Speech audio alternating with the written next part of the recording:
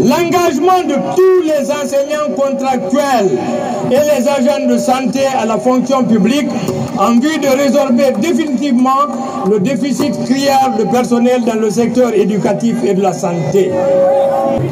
La facilitation de l'obtention des documents administratifs biométriques, extrait de naissance, carte d'identité, passeport.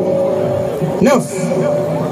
La révision à la baisse du coût de la carte grise des engins roulants de toute catégorie et du permis de conduire. 10. L'opérationnalisation des cotisations à la Caisse nationale de sécurité sociale, à la Caisse nationale de prévoyance sociale,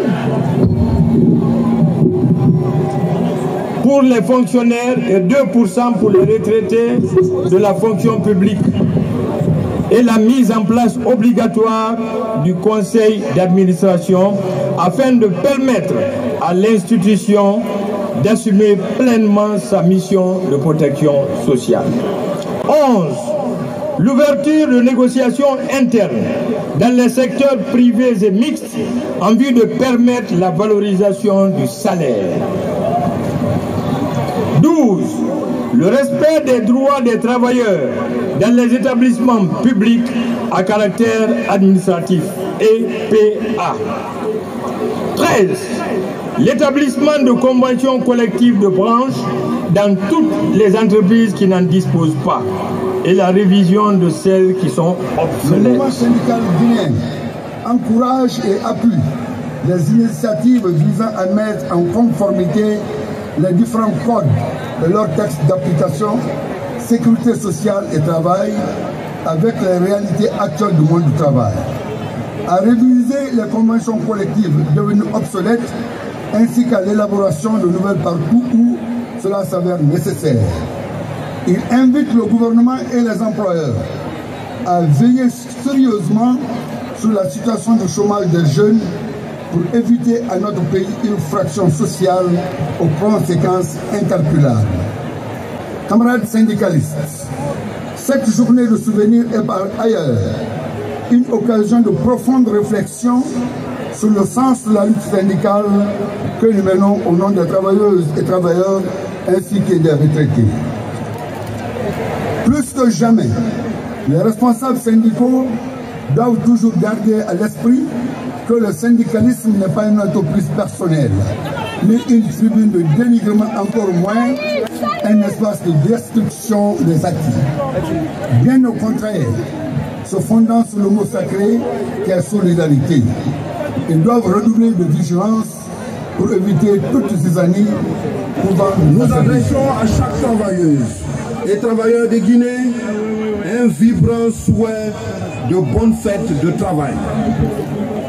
Chers partenaires sociaux, chers travailleuses et travailleurs, j'ai suivi et j'ai écouté avec beaucoup d'attention l'ensemble de vos doléances. Je mesure bien le poids et la portée de chaque mot prononcé ici.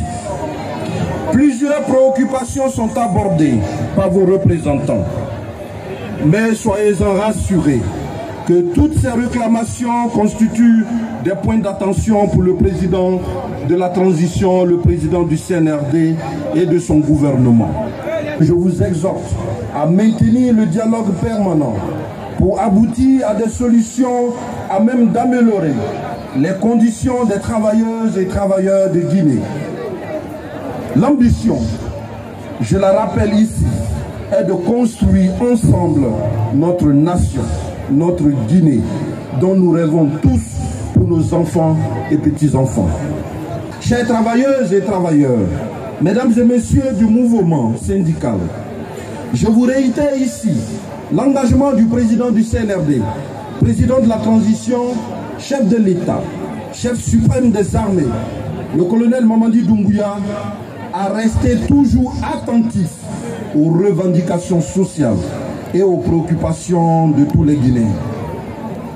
Le chef de l'État m'a instruit de mettre tout en œuvre pour le respect des accords qui seront issus lors des prochaines consultations et négociations entre le mouvement syndical, le patronat et le gouvernement. Aujourd'hui comme demain, nous restons à votre entière disposition. Bonne fête du travail à toutes et à tous. Que Dieu bénisse la Guinée, les Guinéennes et les Guinéens. Je vous remercie.